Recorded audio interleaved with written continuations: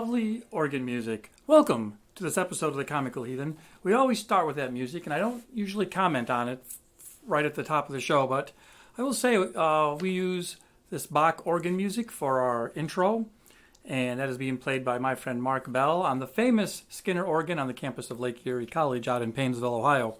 Organ enthusiasts are well aware of both the organ and the organist. So thank you, Mark Bell. But that was a little distraction listening to the lead-in music. This is our podcast, The Comical Heathen. I am your host, Dr. Jerry Jaffe. I want to welcome you to this podcast. I am writing a book about religious satire, so I started interviewing comedians and some other writers and interesting folks, and I decided to turn some of those interviews into this podcast. So that's what we're doing here today. In fact, today's interview guest is the great Bill Squire. You might know Bill Squire. He's a headlining comedian out of Cleveland, tours the Midwest, tours the country, also a member of the WMMS 100.7 Alan Cox Show team, radio personality, big supporter of local comedy here in Cleveland. He's been on my other podcast, The Gold Star Classroom. I might include a link to that. That was a few years ago. It was a good episode. Him and Anthony Savat. Check that out, too. We've done shows together. He's done my show out in Mentor at Toth's Place a couple times. And he's just like a supportive, positive type of guy. We met up in the WMMS offices and we sat in a little spare studio. It was nice to look behind the scenes over WMMS. To be honest, it's just an office building. There's some hallways. You've probably seen the site before. If you've ever been in an office building, it's the same thing. Let me tell you more about the interview in a minute. Let me get a couple of other announcements in here. First of all, I want to remind everybody that the first ever Comical Heathen live show is right around the corner. I'm recording this on October 13th, and our first show is 1 week from today, October 20th, at the Not Your Parents' Basement in the electric pinball parlor that's in the basement of the 78th Street Galleries. That's next Sunday. There's $5 tickets. They're available online or at the door. There will be some door prizes.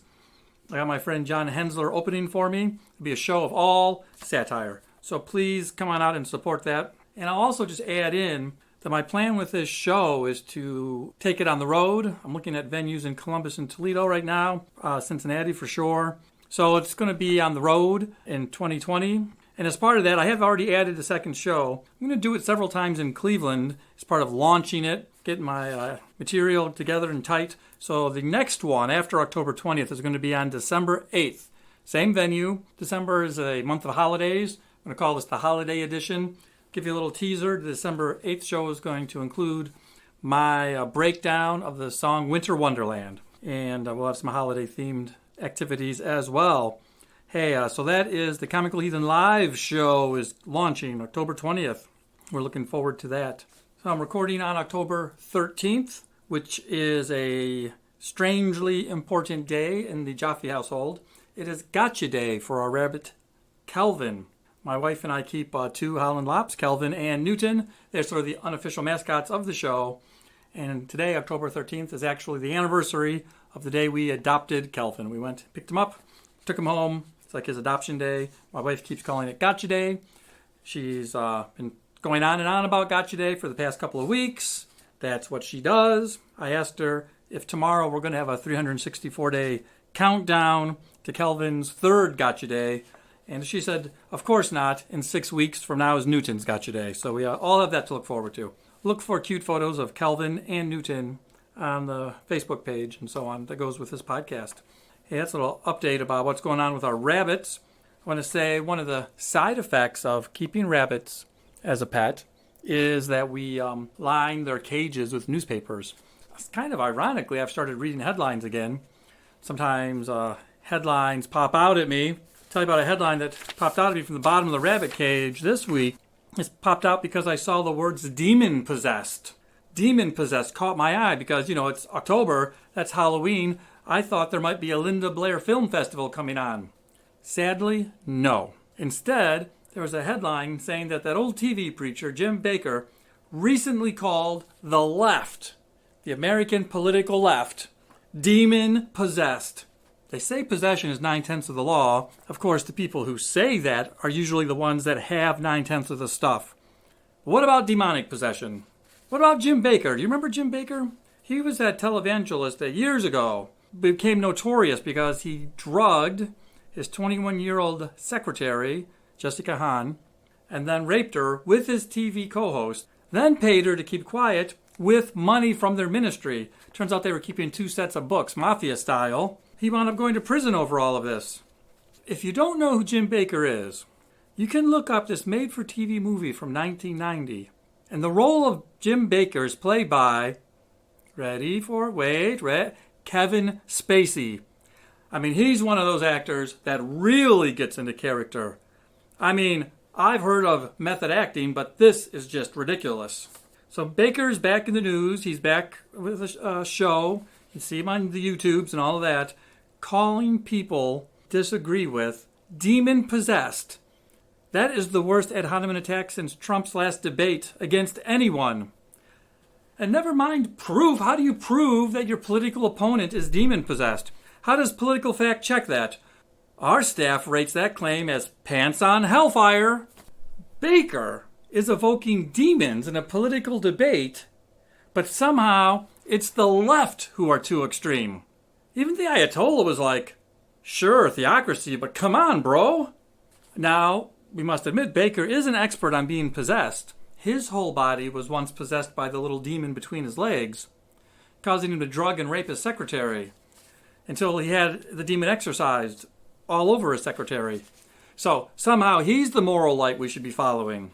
And evangelicals are always playing the demon card. You might have heard this other super rich televangelist who's terrified of demons, Kenneth Copeland. Except the demons he's terrified of are the ones that can only afford to fly economy. That's right, that was the reason he gave for needing to upgrade his private jet. Because taking a regular plane would mean, and this is a direct quote from Kenneth Copeland, sharing a long tube with a bunch of demons. I mean, Jesus rode into town on the back of a donkey, but we're waiting for confirmation of whether or not it was a first-class donkey or just a regular demon-possessed one. And Copeland could never ride a donkey anyway because evangelicals are afraid of too much ass-on-ass action. You know, Jesus once said, "Come on to me, all who are weary. Except for you demon-possessed motherfuckers. To you I say, be gone, back into coach." The closest Copeland comes to doing anything resembling the ways of Jesus is when he walks down the aisle of his private jet as it flies over water. There was another evangelical in the news recently, Benny Hinn. Benny Hinn has grown super rich preaching the prosperity gospel, but he recently renounced it. Benny's full name, by the way, is Benedictus, which is convenient because it has Dick right in it. And don't confuse him with Benny Haha, which is a restaurant. Benny Hinn is an evangelical preacher. I like my steaks rare and my evangelical conmen rarer. He's known as a faith healer, and his faith healing has been well documented by several journalists.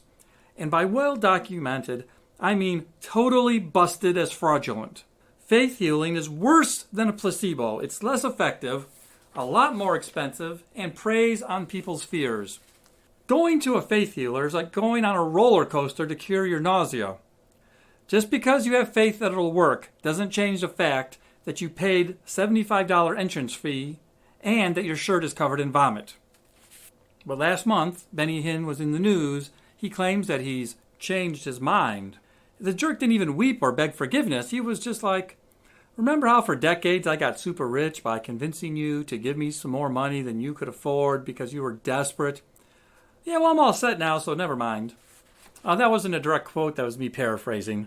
Don't be worried, though. This is the 5th time in his career he has renounced the prosperity gospel, only to take it up again a short time later. Man, that guy is addicted to prosperity gospel. Maybe he needs a support group like AA, but for con men. Hello, my name is Benny Hinn. Hello, Benny Hinn. And I have conned a lot of people with the prosperity gospel. And when I say a lot, I mean a lot. Now, where are the cookies? They could meet in the basement of one of his churches, and then he could charge them a rental fee. That's Evangelical Business 101. Prosperity gospel preaches that God wants all men to be wealthy, and the more of your money that you send in to him or whoever, then the more God will pay you back. It's like a pyramid scheme, where the poor people build the pyramid and Hin is the pharaoh. You know, when he renounced prosperity gospel, my favorite part is when he pledged to donate all of his ill-gotten prosperity gains to charities for the poor and to help hospitals and orphans and stuff like that, which, of course, he didn't, because why would he?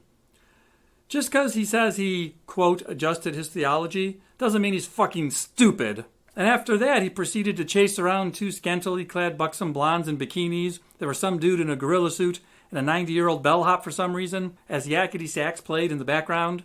No, wait, that's Benny Hill. And these preachers go to some absurd lengths to keep their positions of power. There's an evangelical, ultra-rich preacher down in Brazil, Edir Macedo. And he was in the news this month because he said in a speech that he told his daughters not to go to college.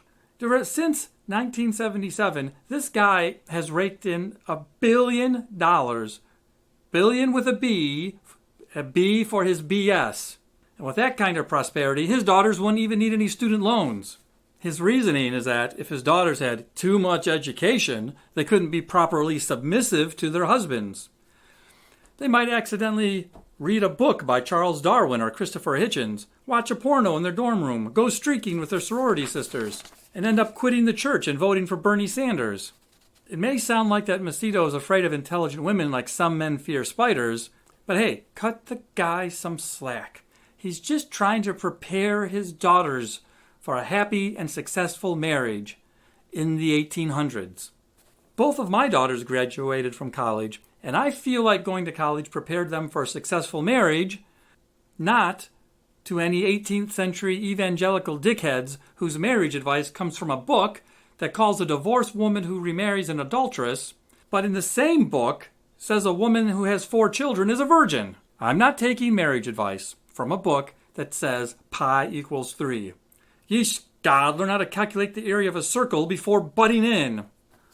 And all this evangelical marriage talk reminds me of Paige Patterson, that Southern Baptist preacher who got in trouble for saying abused women should pray, not divorce. When women went to Paige Patterson with complaints of their husbands hitting them, he followed up by hitting them with the biggest book he owned, the Bible.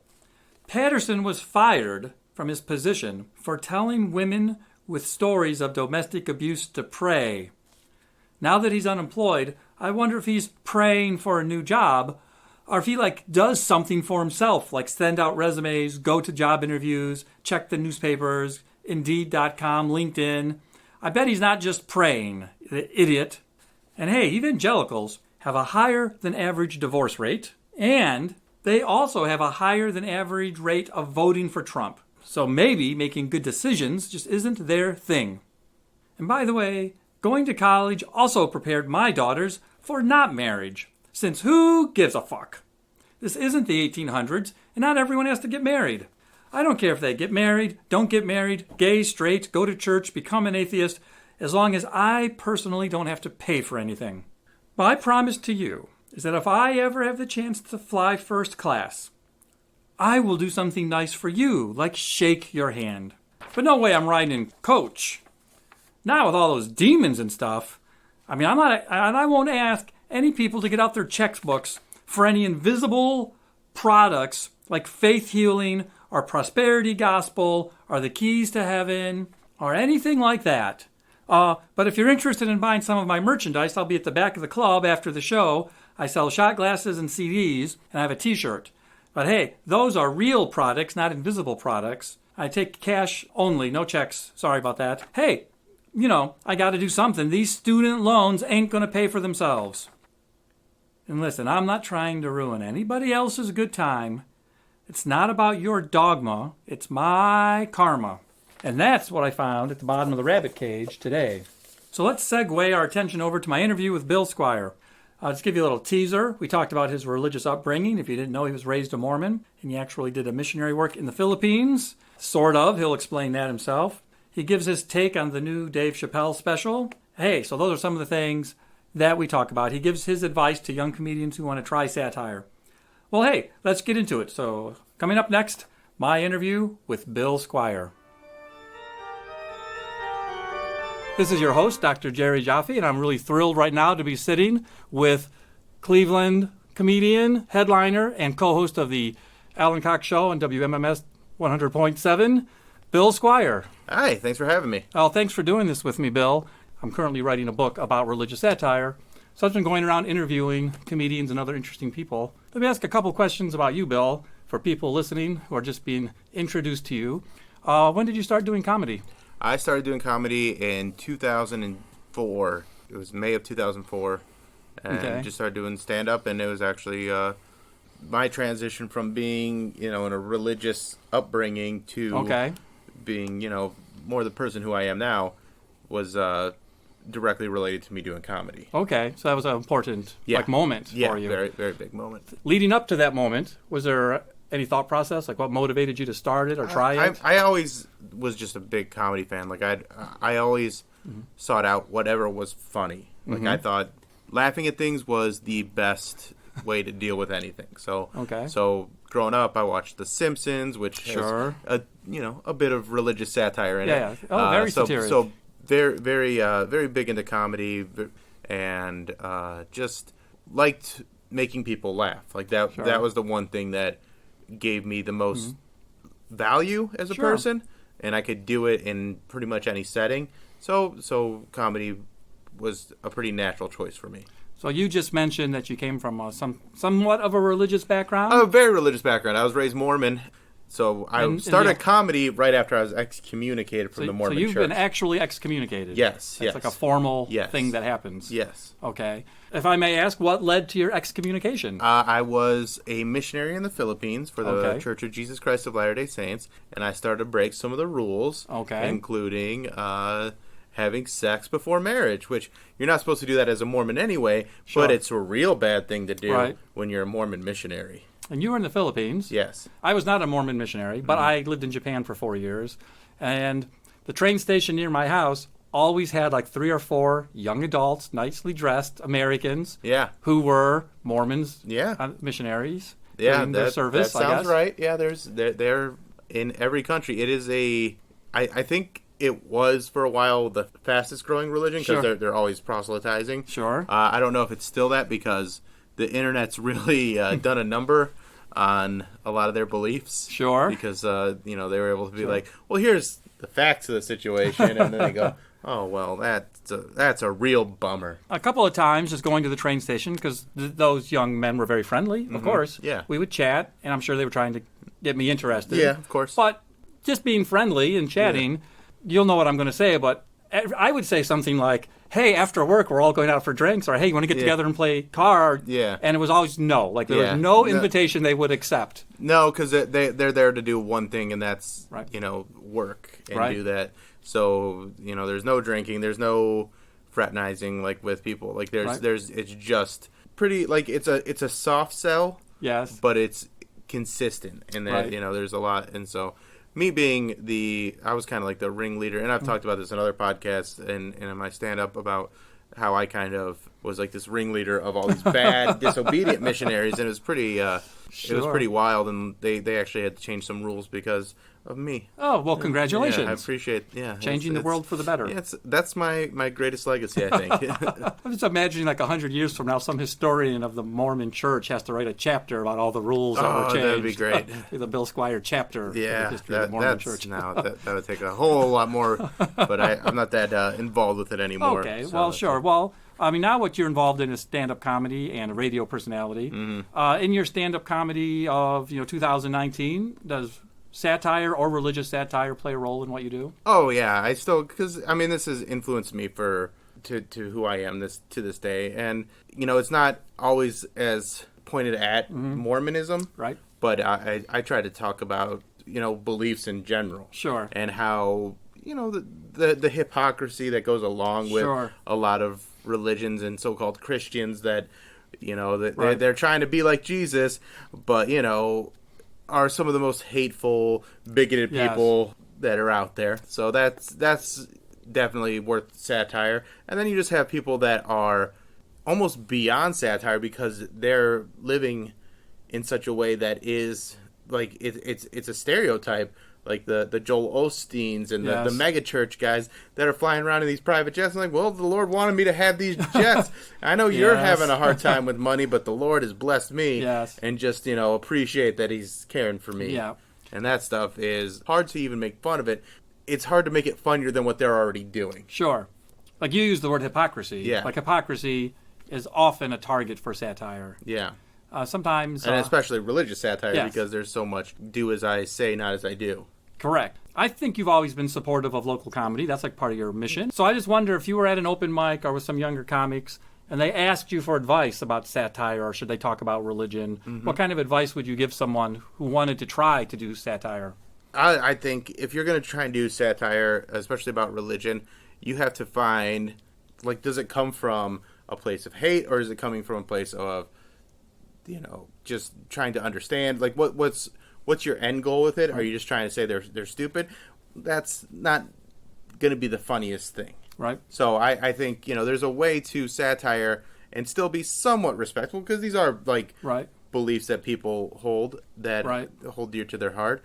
And so I like to walk that line of trying to find kind of that back door into something that's a little bit ridiculous, but because it's so rote as gospel, we go, well, that's how it is. Like baptizing babies or confession, all those different things that are just like, well, that's what you do. And then you go, well, but like it seems silly. Yes. If you look at it from this point of view and you get a little bit, deeper with it and don't just go, well, that's what they said, so that's what I'll do. When it's like, as you say, the Olsteins are just say the religious leaders who are either being hypocritical or ridiculous, as compared to like just a run-of-the-mill average Joes and Jones who might just go to church and don't think about these things. Yeah. So that's like a gray area of like who your target is. Yeah, exactly. Yeah. Like it's a punch-up situation. Yes. I'm not trying to belittle the person that is going to church and it helps them and it makes them feel like they have a sense of community.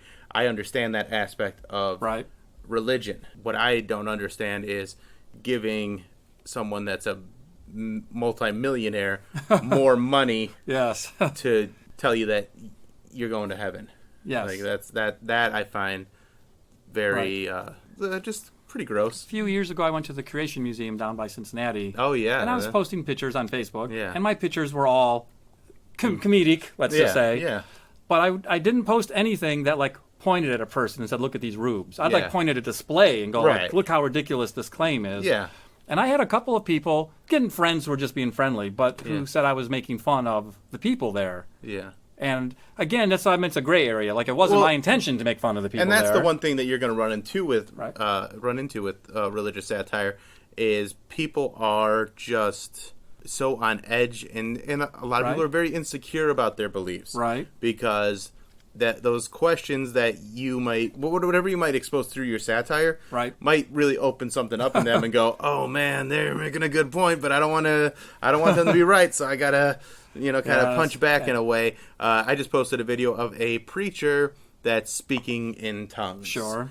And while he's speaking in tongues, he's also scrolling through his phone. So he's got his iPhone there, and he's going, shush-da-da-bye, hey, and then he's just like reading this thing and just going, and I'm just like, this is funnier than anything I could write. Right, yeah. Like, that's so funny.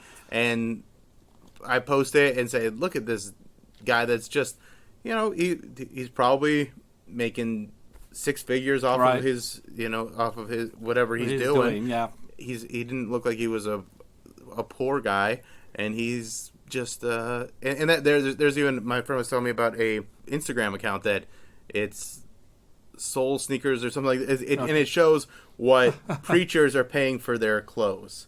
Oh, okay. And so like finds their shoes, these rare shoes that are like $3,000 and $4,000, and they're paying that, and then he's asking for money and like teaching, about humility and it's just, and that kind of stuff is what I would rather focus on that. And then you have, and we've been focusing mostly on Christian religion because that's more at the forefront, but they're all pretty silly. Yeah. Like there's holes in all of them that you can, and there's a lot of good that's being taught. And I'm always the guy that says the principles are solid.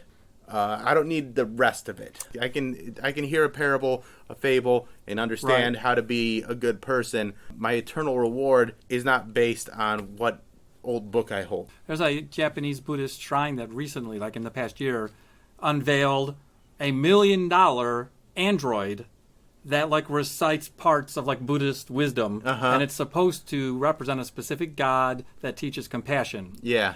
And I thought of that example because like any message about compassion is probably well worth listening to. Yeah. But if your church or temple has $1 million to spend on this robot, there may be other acts of compassion that could have been. You could have donated that money to an orphanage. You could probably just print those up, and people could read them, and not have Compassion Bot 5000 telling you how to be more Christ-like. Which is, that's again satire that is funnier than things that's funnier than anything you could write in satire. Is a robot telling you how to be compassionate. Right. Like that's hysterical. How about just when you're on the road and bring religion into your act? Yeah.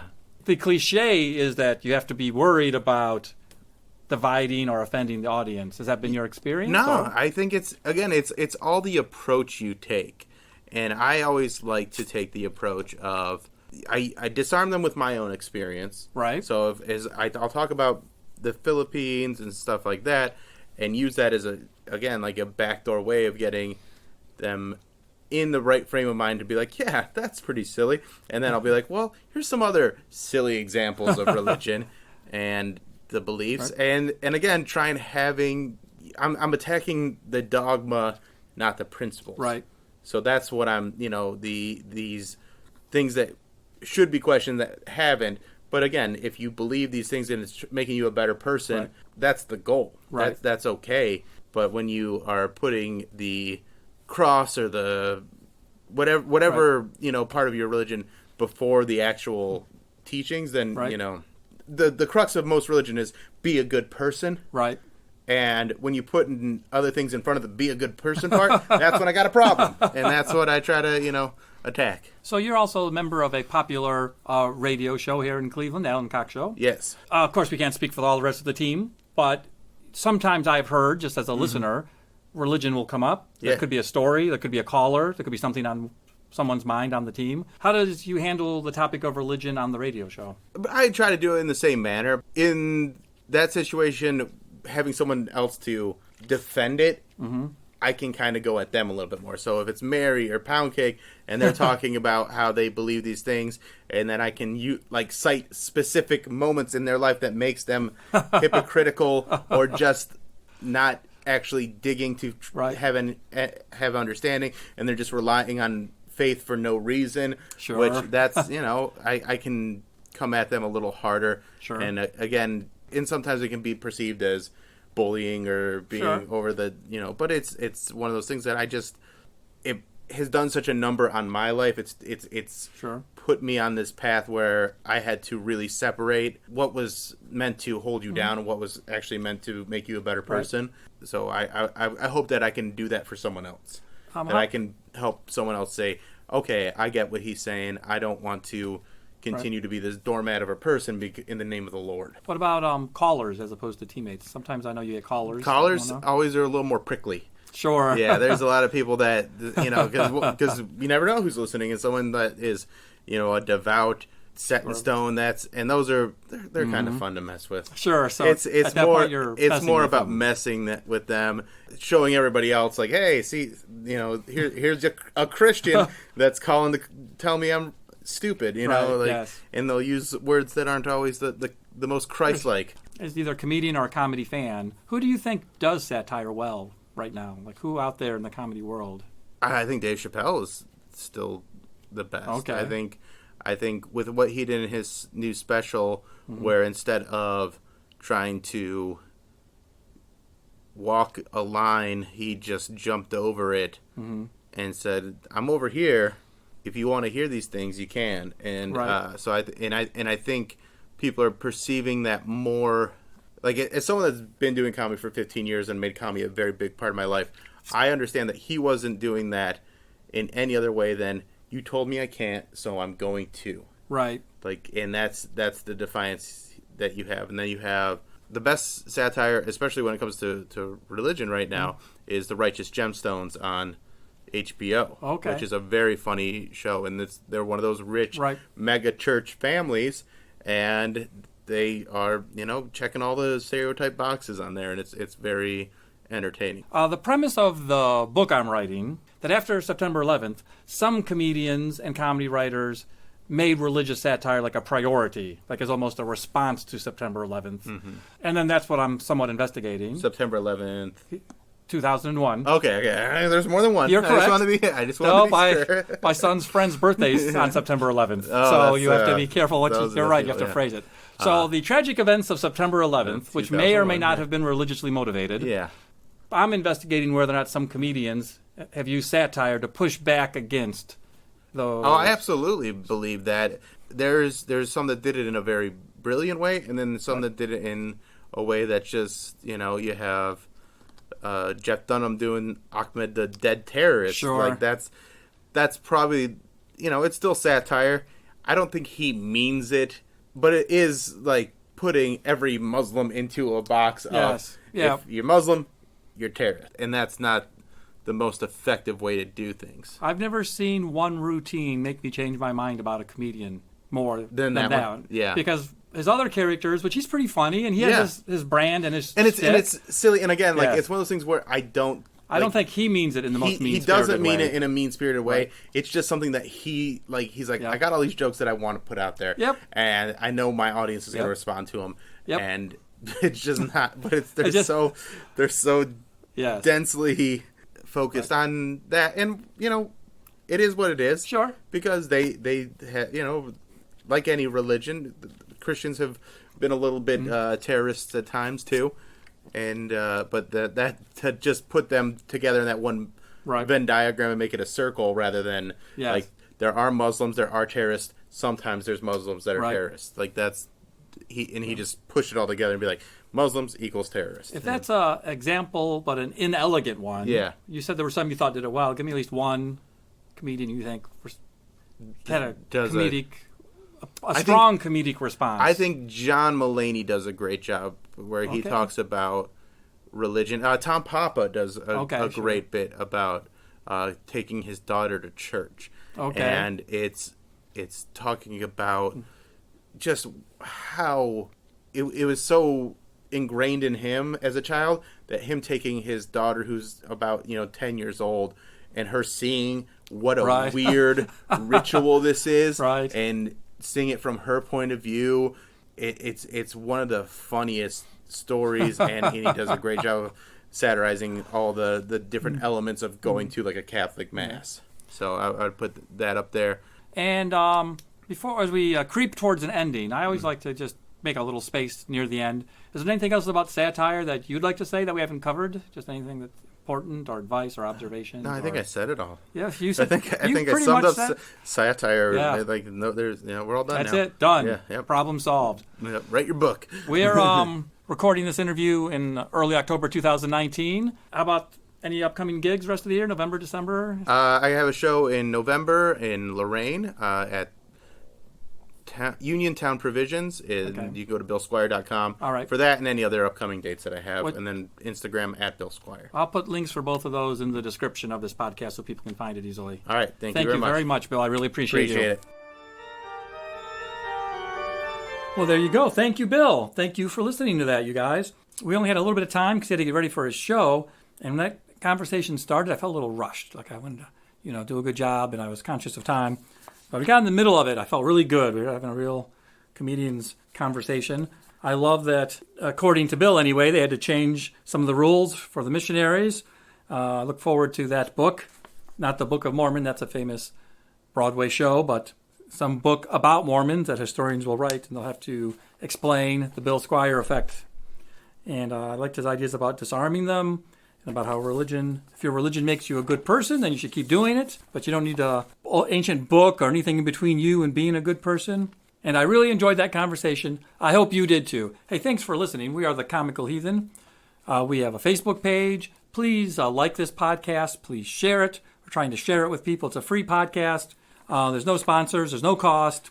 Just trying to share my work on religious satire. And hey, if you're in the Cleveland area, come out October 20th to Not Your Parents' Basement in 78th Street Studios. Tickets available online. I'll have the link. And also, you can email us at thecomicalheathen@gmail.com.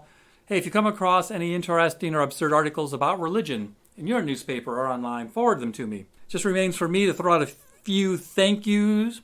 I already thanked Mark Bell for his wonderful organ music. I want to thank my friend Jeff Geddert. Jeff provides audio engineering advice as well as some written material to support this podcast. And I want to thank you. Made it all the way to the end, so thank you for listening to another episode.